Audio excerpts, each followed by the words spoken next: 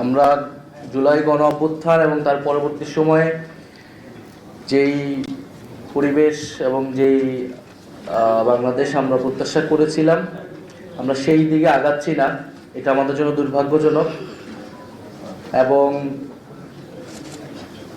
আরও দুর্ভাগ্যজনক যে যারা এই ঘটনাটা সেই রাতে ঘটিয়েছে বা যারা প্রথম আলো, ডেইলি স্টার সহ সাংস্কৃতিক প্রতিষ্ঠানগুলোর উপর হামলা করেছে, তারা জুলাই গণ অভ্যুত্থানের স্লোগানগুলোকেই ব্যবহার করেছে, শরীফ ওসমান হাদির মৃত্যুকেই ব্যবহার করেছে এবং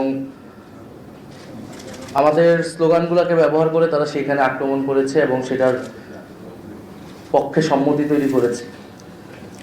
এই ঘটনার পরে আমরা বলেছি যে এটা সরকারের ভিতরের একটা অংশের এখানে সংশ্লিষ্টতা রয়েছে। সমাজে এটার পক্ষে সম্মতি তৈরি করা হয়েছিল অনেকদিন ধরেই এবং এটার সাথে রাজনৈতিক ব্যাকআপও আছে। এই তিনটা ঘটনা একসাথে না ঘটলে এত বড় সাহস সেই রাতে পক্ষে করা সম্ভব হতো না। এবং যে খুব বেশি মানুষ, এটা কয়েক হাজার মানুষ গিয়ে এটা ঘটিয়েছে এরকমও না। ফলে পুরো ঘটনাটাই পরিকল্পিত ছিল।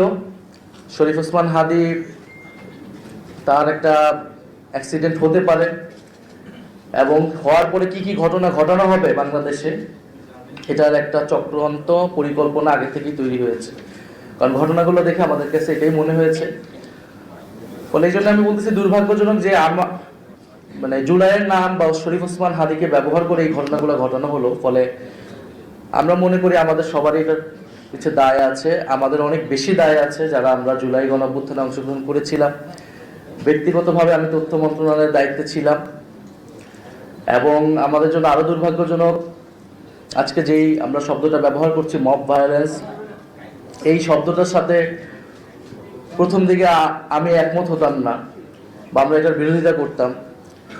কারণ আমরা যাদের বিরুদ্ধে লড়াই করেছিলাম তাদের পক্ষ থেকেই পুরো জুলাই গণ অভ্যুত্থানকে প্রথম থেকে বলা হয়েছে মবক্রেসি। ফলে আমরা বলেছি যে এটা মবক্রেসি না।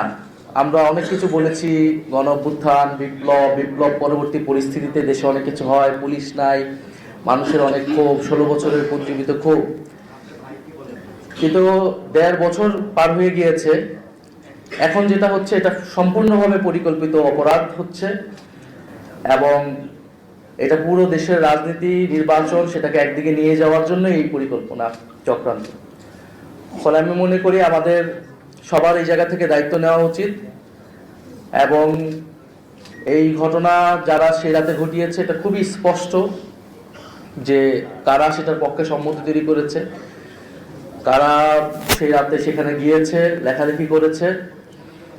আমার মনে হয় যে সেটা সরকারের উচিত হবে। এটা সরকারকে উচিত না, শুধু আমাদের সবাই মিলে সরকারকে বাধ্য করতে হবে এই ঘটনার সুষ্ঠু তদন্ত এবং বিচার।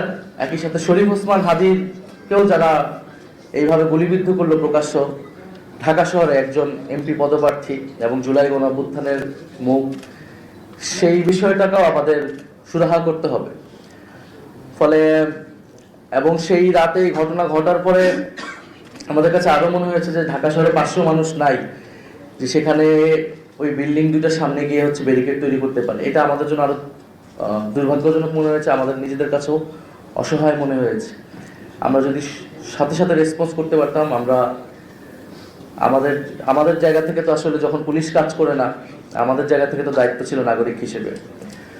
ফলে আমরা চেষ্টা করেছি এবং সবার প্রতি এই আহ্বানটাই থাকবে যে জুলাই গণ অভ্যুত্থানের নামে এই ধরনের কোনো কিছু আমরা বিন্দুমাত্র অ্যালাউ করব না এবং কোনো কিছুর নামেই এই ধরনের ঘটনা, মিডিয়ার উপর আক্রমণ, প্রতিষ্ঠান ভাঙচুর, যেটা আইনের শাসনকে ব্যাহত করবে, এরকম কোনো কিছুর পক্ষে যারা বা সম্মতি তৈরি করবে